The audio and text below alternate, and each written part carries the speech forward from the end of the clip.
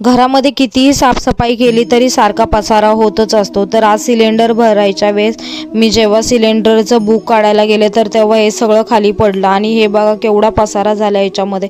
एक काढायला गेलं की दुसरं खाली पडतंच। तर म्हटलं आज हे साफसफाई करावं, तर हे ड्रॉवर असे मस्त असे साफसफाई करून ठेवले आणि त्याच्यानंतर मोबाईलचा कवरही चेंज केला मी। जुना कवर होता तो लावला आणि नवीन कवर होता तो ठेवून दिला आणि त्याच्यानंतर ड्रॉवर हे सगळे व्यवस्थित केल्यानंतर साईचा बर्थडे होऊन 2-3 दिवस झाले, पण साई म्हटला मला स्कूलमध्ये पण सेलिब्रेट करायचे। मग त्याच्यानंतर घरामध्ये जे चॉकलेट वगैरे होते ते साईला दिले। मस्त असा त्यांनी ड्रेस वगैरे घातला, नवीन ड्रेस घातला आणि त्याच्यानंतर तो स्कूलला गेला।